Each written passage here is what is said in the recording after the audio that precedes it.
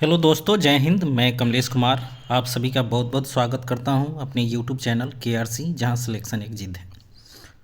दोस्तों, आज जो मैं सेशन कराने जा रहा हूं वो NCERT और SCERT पर आधारित है, भूगोल सब्जेक्ट, जिसमें मैं भारत एवं विश्व का भूगोल का पूरा संग्रहित जो है 1000 प्लस क्वेश्चन कराऊंगा, जो कक्षा 6 से लेकर 12 तक का NCERT आधारित प्रश्नों का संग्रह है। तो अभी जो मैं कराने जा रहा हूँ सेशन वो भूगोल का है, विभिन्न परीक्षाओं में पूछे गए प्रश्नों का संकलन है। तो चलिए हम लोग शुरू करते हैं ये भूगोल का आज सेशन। सभी सब्जेक्ट मैंने कराने का वादा किया है आपसे, तो अभी हाल फिलहाल में मैं सारे सब्जेक्ट को लेकर चल रहा हूँ। तो अभी फिजिक्स हो गया है आपका, जिसमें मैंने 200 क्वेश्चन करा दिए हैं। उसके बाद आपका हिस्ट्री भी हुआ है, जिसमें 250-300 क्वेश्चन हुए हैं। पॉलिटी का मैंने 300 क्वेश्चन करा दिए। तो इस तरह से मैं सारे सब्जेक्ट को लेकर चल रहा हूँ। 10 दिनों के अंदर में आपके सारे सब्जेक्ट के जो है ना हज़ार क्वेश्चन हो जाएंगे। तो चलिए शुरू करते हैं। देखिए, भारत का भूगोल NCERT 6 to 12 प्रश्न संग्रह है। तो आज का पहला क्वेश्चन हम लोग देखेंगे, कर्क रेखा किस राज्य से नहीं गुजरती है। आज का फर्स्ट क्वेश्चन है, कर्क रेखा किस राज्य से नहीं गुजरती है। तो इसका आंसर हो जाएगा ऑप्शन बी, उड़ीसा। ठीक है, उड़ीसा से होकर नहीं गुजरती है ये। ठीक है, तो कर्क रेखा भारत के 8 राज्यों से होकर गुजरती है, जिसे हम एक ट्रिक से याद कर सकते हैं, मित्र पर गमछा गमछा झार। ठीक है, मी से मिजोरम, त से त्रिपुरा, प से पश्चिम बंगाल, र से राजस्थान, ग से गुजरात। ठीक है, म से मध्य प्रदेश, छ से छत्तीसगढ़ और झार से झारखंड हो जाएगा। तो ये 8 राज्यों से होकर गुजरती है, जिसे आप एक ट्रिक से भी याद कर सकते हैं। ठीक है, तो इसमें उड़ीसा इसका आंसर होगा, जो नहीं गुजरती है। ठीक है, ऑप्शन बी। नेक्स्ट, दूसरा नंबर क्वेश्चन, भारत का सबसे पूर्वी देशांतर कौन सा है। तो भारत का सबसे पूर्वी देशांतर जो है वो 97°25' पूर्वी देशांतर है। ऑप्शन ए बिल्कुल सही है। ठीक है, ऑप्शन ए बिल्कुल सही है। अगला पॉइंट है, उत्तराखंड, उत्तर प्रदेश, बिहार, पश्चिम बंगाल और सिक्किम की सीमाएं किस देश को छूती है। ठीक है, तो इसका आंसर जो हो जाएगा वो ऑप्शन सी होगा, नेपाल को छूती है। ठीक है, ये जो सारे राज्य हैं वो नेपाल को छूती हैं। नेक्स्ट आगे बढ़ते हैं हम लोग चौथे नंबर क्वेश्चन की तरफ। ग्रीष्म अवकाश में यदि आप कंवरती जाना चाहते हैं तो किस केंद्र शासित क्षेत्र में जाएंगे। ठीक है, तो 4 का आंसर बी हो जाएगा, लक्षद्वीप, क्योंकि लक्षद्वीप की राजधानी कंवरती है। अगला पॉइंट है, मेरे मित्र एक ऐसे देश के निवासी है जिस देश की सीमा भारत के साथ नहीं लगती है। भारत के साथ नहीं लगती है, बताइए वह कौन सा देश है। तो इसमें भूटान तो लगता है भारत से, बांग्लादेश भी लगता है, नेपाल भी लगता है। ऑप्शन बी बिल्कुल सही आंसर होगा, ताजिकिस्तान, जो भारत से नहीं लगती है। तो भूटान की राजधानी आपको याद कर लेना, भूटान की राजधानी थिम्पू है। बांग्लादेश की राजधानी कहाँ है, तो ढाका है। नेपाल की राजधानी काठमांडू है। ठीक है, और ताजिकिस्तान की राजधानी जो है नूर सुल्तान। ठीक है, ताजिकिस्तान की राजधानी नूर सुल्तान। आगे बढ़ते हैं हम लोग 6 नंबर क्वेश्चन की तरफ। हिमालय के सबसे दक्षिणी भाग को क्या कहते हैं। तो हिमालय के सबसे दक्षिणी भाग को हम लोग शिवालिक बोलते हैं। ठीक है, 6 का आंसर ए होगा, शिवालिक। हिमालय के 4 भागों में बांटा गया है, जो आपको पता होना चाहिए। नेक्स्ट है 7वां नंबर क्वेश्चन, सह्याद्री को और अन्य किस नाम से जानते हैं। तो सह्याद्री को हम लोग जो है पश्चिमी घाट के नाम से जानते हैं। ऑप्शन बी बिल्कुल सही है। अगला पॉइंट है, पाक जल संधि किन देशों के बीच है। ठीक है ना, पाक जल संधि किन देशों के बीच स्थित है। तो ये होगा भारत एवं श्रीलंका के बीच। ऑप्शन बी बिल्कुल सही है, ऑप्शन बी। नेक्स्ट आगे बढ़ेंगे हम लोग 9 नंबर क्वेश्चन की तरफ। अरब सागर में स्थित भारतीय द्वीप समूह कौन है। अरब सागर में स्थित भारतीय द्वीप समूह कौन है। तो 9 का आंसर बी होगा, लक्षद्वीप समूह, लक्षद्वीप समूह। अगला पॉइंट है, भारत की सबसे पुरानी पर्वत श्रृंखला कौन सी है। तो भारत की सबसे पुरानी पर्वत श्रृंखला जो है वो अरावली है। ऑप्शन ए बिल्कुल सही होगा। नेक्स्ट है, निम्नलिखित में कौन सा अक्षांशीय विस्तार भारत की संपूर्ण भूमि विस्तार के संदर्भ में प्रासंगिक है। तो 11 का आंसर जो हो जाएगा 8°4' उत्तर से 37°6' उत्तर। ये ऑप्शन सी बिल्कुल सही होगा। ठीक है, 11 का सी हो जाएगा। नेक्स्ट आगे बढ़ते हैं हम लोग 12 नंबर क्वेश्चन। निम्नलिखित में से किस देश की भारत के साथ सबसे लंबी स्थलीय सीमा है। स्थलीय सीमा पूछ रहा है, भारत के साथ सबसे लंबी स्थलीय सीमा। ठीक, तो इसका आंसर जो हो जाएगा 12 का वो ए हो जाएगा, क्योंकि बांग्लादेश के साथ जो है ना भारत की सबसे लंबी दूरी है स्थलीय सीमा के साथ। ठीक है, नेक्स्ट है 13 नंबर, निम्नलिखित में से कौन सा देश क्षेत्रफल में भारत से बड़ा है? क्षेत्रफल में भारत से बड़ा है, तो 13 का आंसर ए हो जाएगा। चाइना जो है क्षेत्रफल में भारत से बड़ा है, और अभी हाल फिलहाल में जो है भारत की जनसंख्या चाइना क्रॉस कर गई है, तो अभी जनसंख्या के मामले में भारत नंबर 1 पर है।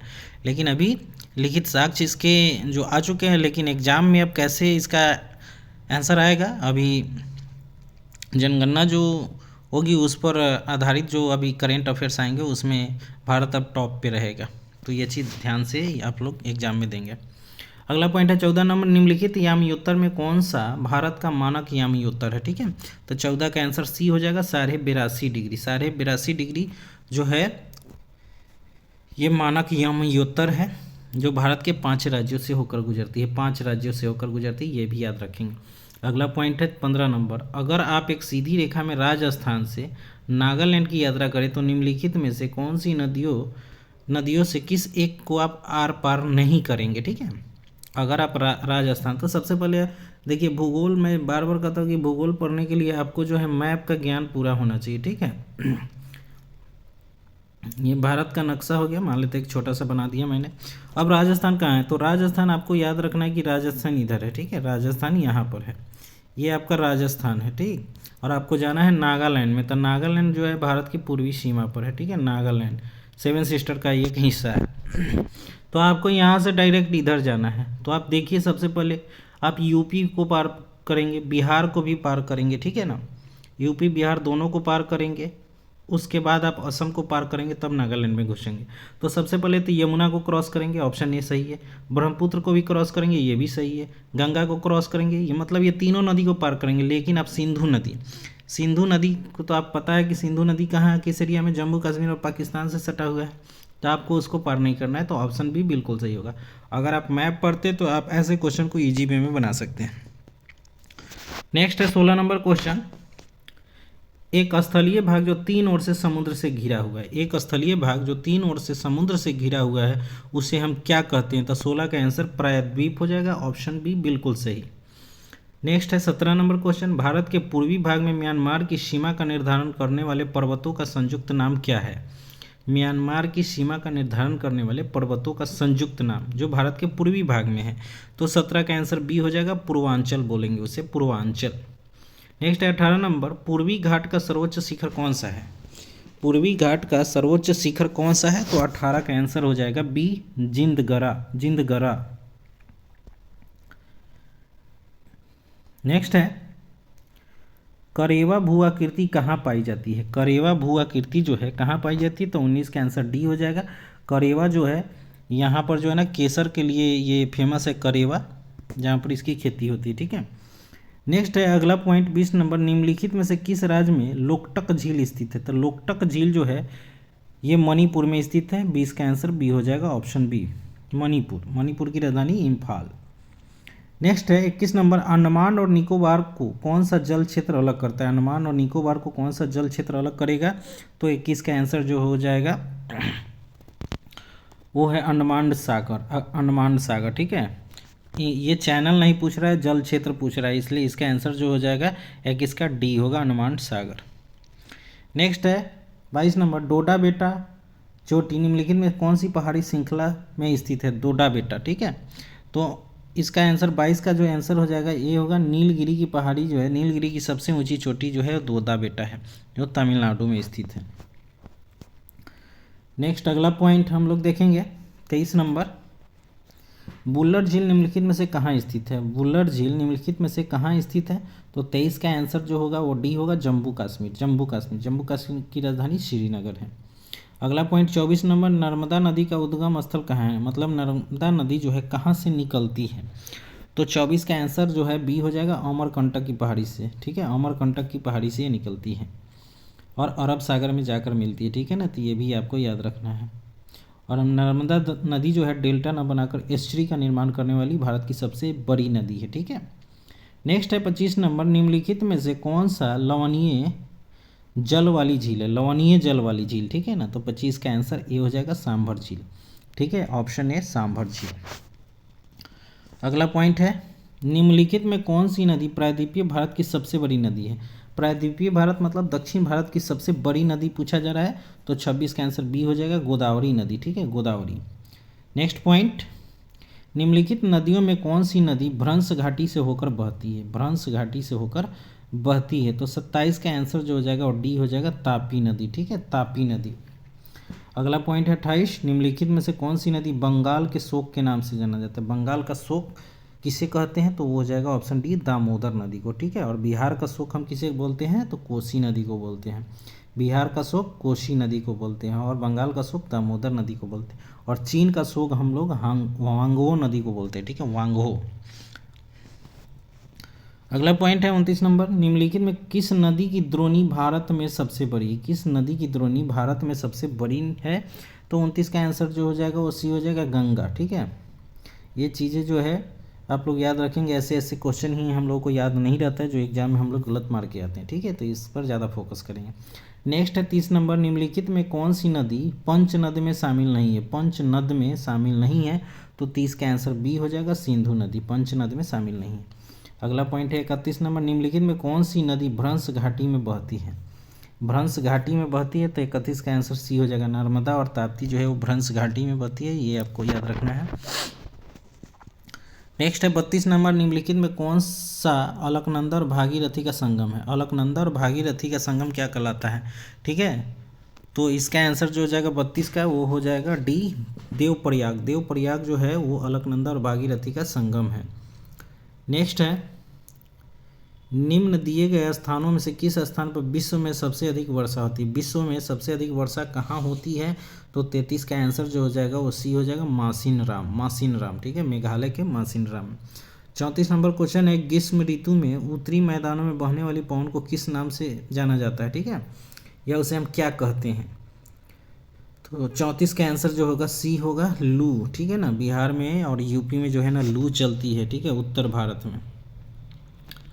अगला पॉइंट है 35 नंबर, निम्नलिखित में से कौन सा कारण भारत के उत्तर पश्चिम भाग में शीत ऋतु में होने वाली वर्षा के लिए उत्तरदायी है? भारत के उत्तर पश्चिम भाग में शीत ऋतु में होने वाली वर्षा के लिए उत्तरदायी है, तो उसका आंसर क्या हो जाएगा? 35 का आंसर बी होगा, पश्चिमी विक्षोभ के कारण, पश्चिमी विक्षोभ। ठीक है, नेक्स्ट है 36 नंबर, भारत में मानसून का आगमन निम्नलिखित में से कब होता है? तो भारत में मानसून का आगमन जो होता है जून के प्रारंभ में होता है, जो केरल से होकर शुरू होता है। ठीक है, केरल से उठती है ये। नेक्स्ट है 37 नंबर क्वेश्चन, निम्नलिखित में से कौन सी भारत में शीत ऋतु की विशेषता है? भारत में शीत ऋतु की विशेषता है, तो 37 का आंसर सी हो जाएगा, ठंडा दिन एवं ठंडी रातें। ये शीत ऋतु की विशेषता है, ठंडा दिन और ठंडी रातें। नेक्स्ट आगे बढ़ते हैं 38 नंबर क्वेश्चन, विश्व में सबसे अधिक वर्षा वाला क्षेत्र कौन सा है? तो विश्व में सबसे अधिक वर्षा वाला क्षेत्र मासिनराम, ऑप्शन सी बिल्कुल सही है। अगला पॉइंट है 39 नंबर, जंगली बकरी तथा हिम तेंदुए कहाँ पाए जाते हैं? ठीक है, तो 39 का आंसर जो हो जाएगा वो ये होगा, हिमालय क्षेत्र में। ठीक है, हिमालय क्षेत्र में जंगली बकरी और हिम तेंदुए पाए जाते हैं। अगला पॉइंट है 40 नंबर, दक्षिण पश्चिम मानसून के समय आर्द्र पवनें कहाँ बहती हैं?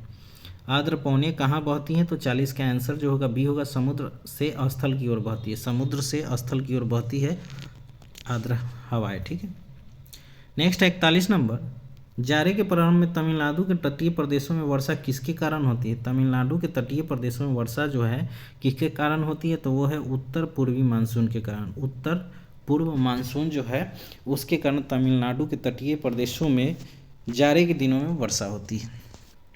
42 नंबर, भारत के कितने भूभाग पर 75 सेंटीमीटर से कम औसत वार्षिक वर्षा होती है?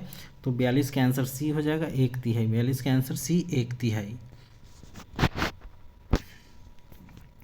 नेक्स्ट है, दक्षिण भारत के संदर्भ में कौन सा तथ्य ठीक नहीं है? ठीक है, तो 43 का आंसर डी हो जाएगा, यहाँ जलवायु विषम पाई जाती है। जलवायु क्या है? विषम पाई जाती है, यह ठीक नहीं, बाद बाकी तीनों सही है। दक्षिण भारत का दैनिक तापांतर कम होता है, यहाँ वार्षिक तापांतर कम होता है, ये भी सही है, और तापमान सारा वर्ष उच्च रहता है, ये भी सही है। ठीक है, नेक्स्ट है 44 नंबर, जब सूर्य दक्षिणी गोलार्ध में मकर रेखा पर सीधा चमकता है तो निम्नलिखित में से क्या होता है? ठीक है, तो 44 का आंसर ए हो जाएगा, उत्तर पश्चिमी भारत में तापमान कम होने के कारण उच्च वायु दाब विकसित हो जाता है। ठीक है ना, उत्तरी पश्चिमी भारत में तापमान कम होने के कारण उच्च वायुदाब विकसित हो जाता है। ये कब होता है? जब सूरज दक्षिणी गोलार्ध में मकर रेखा पर सीधा चमकता है तब।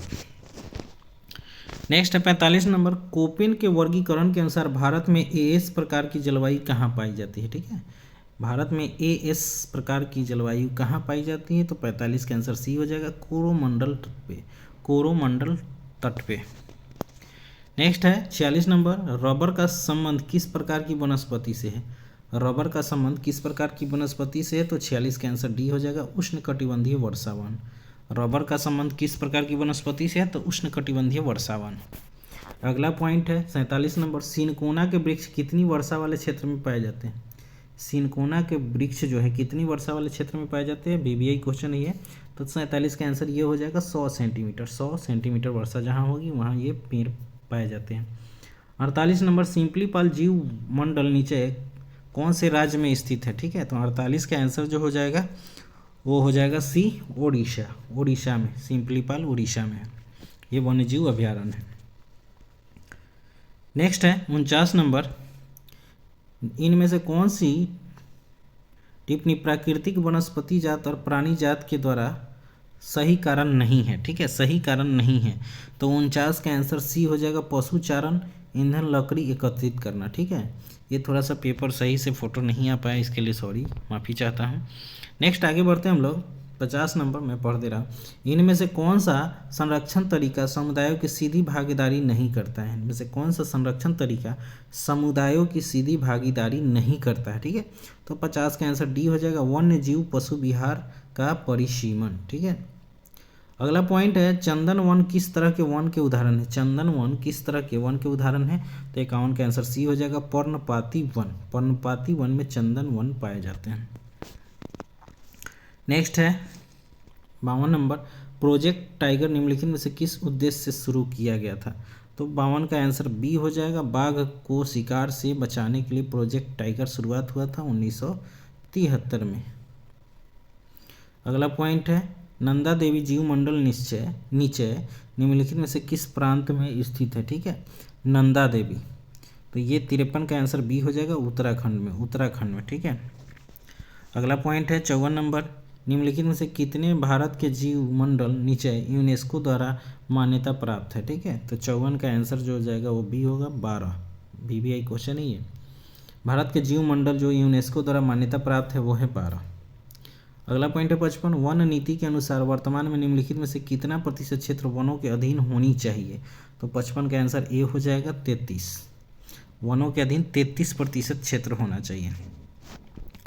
लौह अयस्क किस प्रकार का संसाधन है? तो लौह अयस्क जो है वो अनवीनकरणीय योग है। अनवीनकरणीय मतलब जिसका हम जो है जल्दी से उस चीज़ को हम तैयार नहीं कर पाते हैं। ठीक है, और नवीनकरणीय मतलब जो हम जल्दी किसी भी चीज़ को तैयार करना करणीय कहलाता है, और अनवीनकरणीय में जिसे तैयार होने में लाखों साल, बहुत साल लग जाते हैं, वैसे पदार्थ को हम लोग अनवीनकरणीय योग कहते हैं। नेक्स्ट है, ज्वारीय ऊर्जा निम्नलिखित में से किस प्रकार का संसाधन नहीं है? ठीक है, ज्वारीय ऊर्जा निम्नलिखित में से किस प्रकार का संसाधन नहीं है? तो 57 का आंसर ए हो जाएगा, पुनः पूर्ति योग। पुनः पूर्ति योग। नेक्स्ट है 58 नंबर, पंजाब में भूमि निम्नीकरण का निम्नलिखित में से मुख्य कारण क्या है? तो 58 का आंसर बी हो जाएगा, अधिक सिंचाई। ठीक है, अधिक सिंचाई। 59 नंबर क्वेश्चन है आपका, निम्नलिखित में से किस प्रांत में सीढ़ीदार सोपानी खेती की जाती है? मतलब सोपानी खेती या सीढ़ी बनाकर खेती जो की जाती है वो कहाँ की जाती है? तो 59 का आंसर डी होगा, उत्तराखंड में। ठीक है, उत्तराखंड में पहाड़ी इलाकों में ऐसी खेती की जाती है, आप ध्यान रखें। इनमें से किस राज्य में काली मृदा मुख्य रूप से पाई जाती है? काली मृदा कहाँ पाई जाती है? तो काली मृदा जो है वो महाराष्ट्र में। ऑप्शन सी बिल्कुल सही होगा। 61 नंबर क्वेश्चन है, मृदा का सर्वाधिक व्यापक और सर्वाधिक उपजाऊ प्रकार कौन सा है मृदा का? तो वो है जलोढ़ मिट्टी। ठीक है, 61 का ए आंसर हो जाएगा, जलोढ़ मिट्टी सर्वाधिक व्यापक है, मतलब काफ़ी क्षेत्र में है, और सबसे उपजाऊ मिट्टी है जलोढ़ मिट्टी। नेक्स्ट आगे बढ़ेंगे हम लोग, रेगुर मृदा का दूसरा नाम क्या है? रेगुर मृदा, ये थोड़ा सा अच्छा नहीं दिख रहा है लेकिन मैं पढ़ दे रहा हूँ। रेगुर मिट्टी को और किस नाम से जानते हैं, यही क्वेश्चन है। ठीक है, तो 62 का आंसर जो होगा वो काली मिट्टी को हम लोग रेगुर मिट्टी बोलते हैं। ऑप्शन सी बिल्कुल सही होगा। नेक्स्ट 63 नंबर, भारत में मृदा के ऊपरी परत द्वारा इसका मैं पढ़ लेता हूँ, थोड़ा सा मुझे भी नहीं दिख रहा है। 63 नंबर क्वेश्चन है, भारत में मृदा के ऊपरी परत ह्रास का मुख्य कारण क्या है? ठीक है, ऊपरी परत में ह्रास का मुख्य कारण क्या है? तो 63 का आंसर जो होगा वो होगा सी। 63 का आंसर क्या होगा? सी होगा, जल अपर्दन। जल अपर्दन, ठीक है, जल अपर्दन। नेक्स्ट है 64 नंबर क्वेश्चन। 64 का जो क्वेश्चन है, भारत के सिंचित क्षेत्रों में कृषि योग्य भूमि निम्नलिखित में से किस कारण से लवणीय हो रही है? किस कारण से लवणीय हो रही है? तो उसका आंसर जो होगा 64 का वो बी होगा, अति सिंचाई के कारण। ठीक है, 64 का आंसर क्या होगा? अति सिंचाई। नेक्स्ट है 65 नंबर क्वेश्चन, इनमें से भारत के किस राज्य में बाढ़ अधिक आती है? ठीक है ना, बाढ़ अधिक आती है। तो 65 का आंसर जो होगा वो होगा सी। 65 का आंसर जो है सी, असम में सबसे अधिक बाढ़ आती है। नेक्स्ट है 66 नंबर, उत्तरांचल के किस जिले में मालवा भूस्खलन आपदा घटित हुई थी? ठीक है, तो 66 का आंसर डी हो जाएगा, पिथौरागढ़ में। कहाँ? पिथौरागढ़। आगे बढ़ते हैं हम लोग 67 नंबर, इनमें से कौन से राज्य में सर्दी के महीनों में बाढ़ आती है? सर्दी के महीनों में बाढ़ कहाँ पर आती है? तो 67 का आंसर डी हो जाएगा, तमिलनाडु में। तमिलनाडु में। 68 नंबर क्वेश्चन है, इनमें से किस नदी में माजुली नदी द्वीपीय स्थित है? माजुली नदी द्वीप कहाँ स्थित है? तो वो है ब्रह्मपुत्र नदी पर। ऑप्शन बी असम में है। ठीक है, ब्रह्मपुत्र नदी। नेक्स्ट, बर्फानी तूफान किस तरह की प्राकृतिक आपदा है? बर्फानी तूफान किस तरह की प्राकृतिक आपदा है? तो 69 का ए हो जाएगा, वायुमंडलीय आपदा है। नेक्स्ट है 70 नंबर, निम्नलिखित में से कौन सा उस कृषि प्रणाली को दर्शाता है जिसमें एक ही फसल लंबे चौड़े क्षेत्र में उगाई जाती है? तो 70 का आंसर बी हो जाएगा, रोपण कृषि। रोपण कृषि। नेक्स्ट है 71 नंबर, इनमें से कौन सी रबी फसल? इनमें से कौन सी रबी फसल है? ठीक, तो 71 का आंसर सी हो जाएगा, चना। 71 का क्या होगा? सी, चना। अगला पॉइंट है 72 नंबर, इनमें कौन सी एक फलीदार फसल है? फलीदार फसल कौन सी है? तो 72 का आंसर ए हो जाएगा, दाल। नेक्स्ट है 73 नंबर, निम्नलिखित में से कौन सा खनिज अपक्षयित पदार्थ के अवशिष्ट भार को त्यागता हुआ चट्टानों के अपघटन से बनता है? ठीक है, तो 73 का आंसर ए होगा, कोयला। कोयला जो है खनिज अपक्षयित पदार्थ के अवशिष्ट भार को त्याग कर चट्टानों के अपघटन से बनता है। नेक्स्ट है 74 नंबर, झारखंड में स्थित कोडरमा जो है निम्नलिखित में से किस खनिज का अग्रणी उत्पादक है? कोडरमा। तो 74 का आंसर बी हो जाएगा, अबरक के लिए फेमस है कोडरमा, जो झारखंड में स्थित है। नेक्स्ट 75 नंबर, निम्नलिखित चट्टानों में से किस चट्टान के स्तरों में खनिजों का निक्षेपण और संचयन होता है? तो 75 का आंसर ए हो जाएगा, तलछटी चट्टानें। तलछटी चट्टानें। अगला पॉइंट है, मोनाजाइट रेत में निम्नलिखित में से कौन सा खनिज पाया जाता है?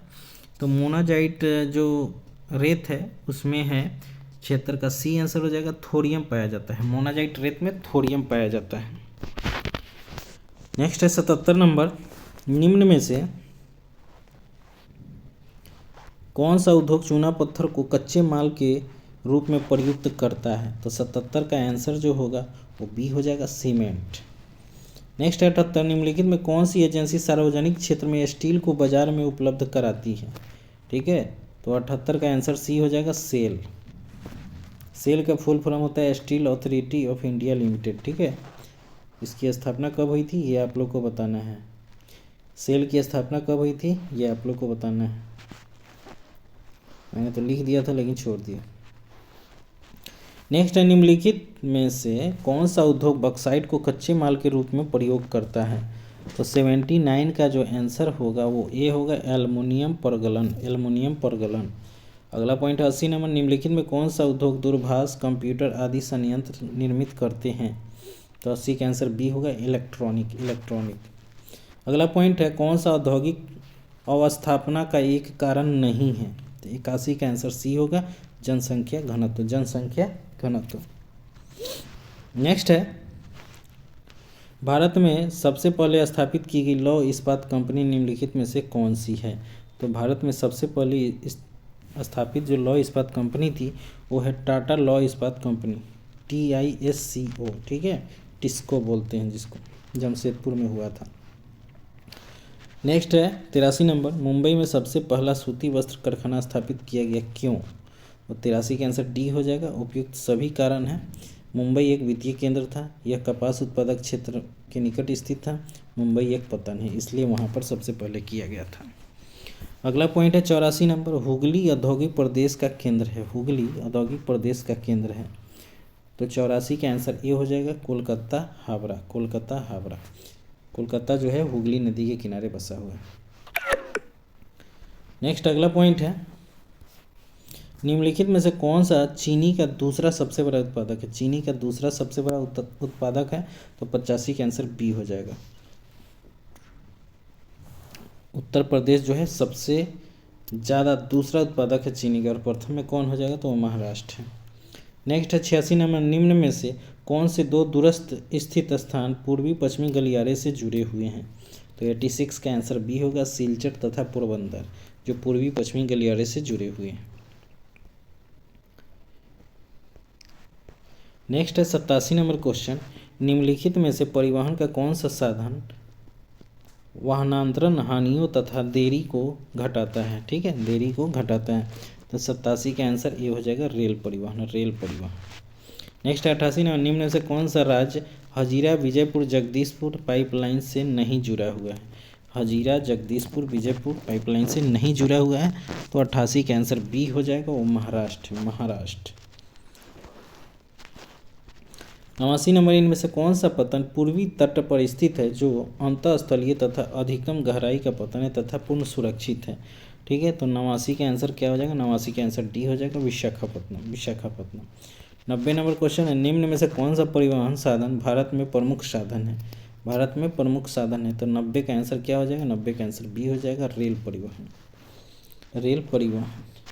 नेक्स्ट है 91 नंबर, निम्न में कौन सा शब्द दो या दो से अधिक देशों के व्यापार को दर्शाता है। तो 91 का आंसर बी हो जाएगा, 91 का आंसर बी, अंतर्राष्ट्रीय व्यापार। अंतर्राष्ट्रीय व्यापार। नेक्स्ट है 92 नंबर, प्रदेशीय नियोजन का संबंध किससे है। प्रदेशीय नियोजन का संबंध जो है वो क्षेत्र विशेष के विकास का उपागम है। क्षेत्र विशेष के विकास का उपागम। नेक्स्ट 93 नंबर, भारतीय रेल प्रणाली को कितने मंडलों में विभाजित किया गया है। भारतीय रेल प्रणाली को कितने मंडलों में विभाजित किया गया है, तो 93 का आंसर डी हो जाएगा, 18 मंडलों में विभाजित किया गया।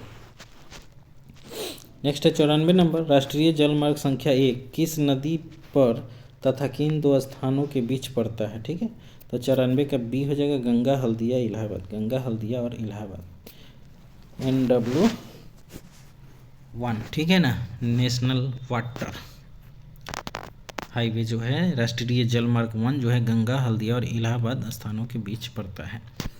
95 नंबर क्वेश्चन, निम्नलिखित में से किस वर्ष में पहला रेडियो कार्यक्रम पारित किया था।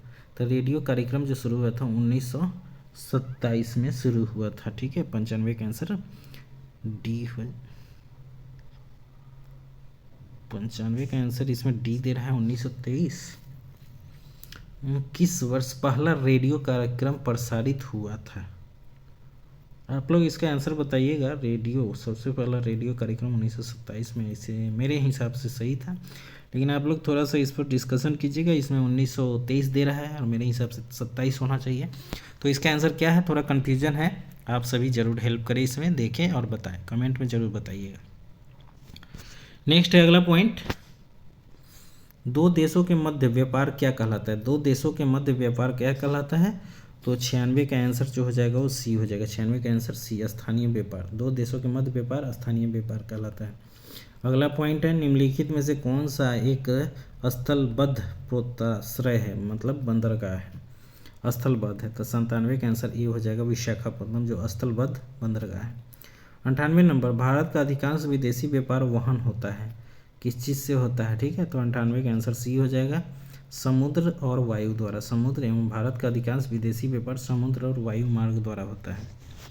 नेक्स्ट है 99 नंबर, निम्नलिखित में से किस क्षेत्र में प्रवास आबादी की संख्या और वितरण एवं संरचना में परिवर्तन लाता है। तो 99 का आंसर सी हो जाएगा, प्रस्थान एवं आगमन दोनों क्षेत्र में। प्रस्थान एवं आगमन दोनों क्षेत्र में।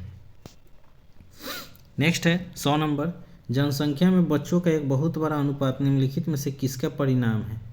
ठीक है, तो 100 का आंसर ए हो जाएगा, उच्च जन्म दर। उच्च जन्म दर।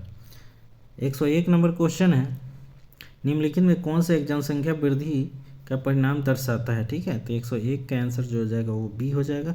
प्रत्येक वर्ष लोगों की संख्या में होने वाली वृद्धि, प्रत्येक वर्ष लोगों की संख्या में होने वाली वृद्धि।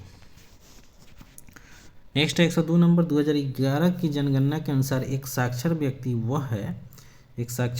वह है जिसकी उम्र 7 वर्ष है तथा वह किसी भी भाषा को समझ के साथ पढ़ एवं लिख सकता है, वह साक्षर कहलाता है। ऑप्शन सी बिल्कुल सही है, ठीक है। 103 नंबर क्वेश्चन, 2011 की जनगणना के अनुसार भारत की जनसंख्या निम्नलिखित में से कौन सी है? तो 103 का आंसर डी हो जाएगा, 121 करोड़। ये 2011 का बता रहा है, लेकिन अभी क्या चल रहा है? 2024। तो अभी जनसंख्या जो हुआ है उसका भी रिकॉर्ड जो है अभी नए बुक में नहीं दर्शाया गया है, इसलिए ऐसे बता रहे हैं। लेकिन अभी जनसंख्या भारत की बहुत ज़्यादा हो गई है, जो चाइना से भी अधिक है। नेक्स्ट है 104 नंबर, निम्नलिखित राज्यों में से किस एक में जनसंख्या का घनत्व सर्वाधिक है? तो सर्वाधिक जनसंख्या घनत्व जो है 104 का ये हो जाएगा पश्चिम बंगाल। निम्नलिखित में पूछ रहा है, ऐसे बिहार अभी टॉप में है, ठीक है। बिहार की जनसंख्या घनत्व जो है 1104 किलोमीटर प्रति व्यक्ति है ये, ठीक है। 105 2011 की जनगणना के अनुसार निम्नलिखित में से किस राज्य में नगरीय जनसंख्या का अनुपात सर्वाधिक है? ठीक है, तो 105 का आंसर ए हो जाएगा, तमिलनाडु। नगरीय जनसंख्या का अनुपात सर्वाधिक कहाँ है? तो तमिलनाडु में है। 106 नंबर क्वेश्चन, निम्नलिखित में से कौन सा एक समूह भारत में विशालतम भाषाई समूह है? विशालतम भाषाई समूह है, तो 106 का आंसर जो होगा वो सी हो जाएगा। भारतीय आर्य जो है एक विशालतम भाषाई समूह है। नेक्स्ट पॉइंट है, निम्नलिखित में से कौन सा भारत में पुरुष प्रवास का मुख्य कारण है? पुरुष प्रवास का मुख्य कारण क्या है? तो काम और रोजगार, काम एवं रोजगार। अगला पॉइंट है 108 नंबर, निम्नलिखित में से किस राज्य में सर्वाधिक संख्या में अप्रवासी आते हैं? अप्रवासी आते हैं, तो 108 का आंसर बी हो जाएगा, महाराष्ट्र। 109 नंबर, निम्नलिखित में से कौन सा भारत में महिला प्रवास का प्रमुख कारण है? भारत में महिला प्रवास का मुख्य कारण क्या है? तो विवाह। ऑप्शन डी बिल्कुल सही है। 110, निम्नलिखित में किस राज्य में प्रमुख तेल क्षेत्र स्थित है? प्रमुख तेल क्षेत्र किस राज्य में स्थित है? तो 110 का आंसर ए हो जाएगा, असम। 111 नंबर, निम्नलिखित में से किस स्थान पर पहला परमाणु ऊर्जा स्टेशन स्थापित किया गया था? तो 111 का आंसर जो होगा डी होगा, तारापुर, जो महाराष्ट्र में है, तारापुर। अगला पॉइंट है 112, निम्नलिखित में से कौन सा खनिज भूरा हीरा के नाम से जाना जाता है? तो भूरा हीरा किसे कहते हैं? तो लिग्नाइट कोयला को कहते हैं भूरा हीरा, ठीक है। 113 नंबर, निम्नलिखित में कौन सा ऊर्जा का अनवीनकरणीय स्रोत है? ठीक है, अनवीनकरणीय स्रोत है, तो 113 का जो होगा सी होगा, टेम्परेचर, ताप, अनवीनकरणीय स्रोत है, ठीक है। तो ये है आपका एनसीईआरटी पर आधारित प्रश्नों का संकलन था, जो कक्षा 6 से 12 तक के प्रश्नों का 113 क्वेश्चन हुए। तो इसी तरह से मैं आप लोगों के लिए 5-7 दिन में सारे सब्जेक्ट का जो है ना सेशन चला दूंगा, जो हज़ार क्वेश्चन के होंगे। तो आप सुबह शाम मेरे वीडियो जो है अभी आप लोगों के लिए डाले जा रहे हैं, तो आप लोग जो है नोटिफिकेशन ऑन करके रखिएगा, ऑल कर दीजिएगा, बेल आइकन को जरूर दबाइएगा, तब जाकर आपका सारे नोटिफिकेशन मिलते रहेंगे और आपको नए नए जो है वस्तुनिष्ठ प्रश्न, वन लाइनर प्रश्न, करेंट अफेयर्स और बीपीएससी टीचर्स के लिए तो अभी लगातार चल रहे हैं सेशन। तो बीपीएससी टीचर्स वाले एकदम जुड़े रहे मेरे साथ। करेंट अफेयर्स का भी सेशन अभी तुरंत शुरू होगा, ठीक है। तो करेंट अफेयर्स 2-4 ही पूछते, इसलिए मैं ज़्यादा नहीं उस पर ज़्यादा फोकस कर रहा हूँ। तो अभी आपके सारे सब्जेक्ट को मैं पूरा करा रहा हूँ, तो आप लोग बने रहिए मेरे साथ। KRC, जहाँ सिलेक्शन एक जिद है, चैनल को ज़रूर सब्सक्राइब कीजिए, लाइक कीजिए और शेयर कीजिए। आपका थोड़ा हेल्प मुझे बहुत आगे बढ़ाएगी और आप लोगों के सहारे ही मैं अभी आगे बढ़ रहा हूँ। तो कोशिश यही रहेगी कि कंटेंट आपको अच्छा दूँ, जो भी बताऊँ सही बताऊँ और आप लोगों के लिए मेहनत करूँ और आपका रिजल्ट जल्दी से जल्दी हो। आप लोग पूरा कोशिश कीजिए, ध्यान से पढ़िए। धन्यवाद दोस्तों, फिर मिलते हैं अगले वीडियो के साथ। तब तक के लिए जय हिंद। पढ़ते रहिए, स्वस्थ रहिए, मस्त रहिए।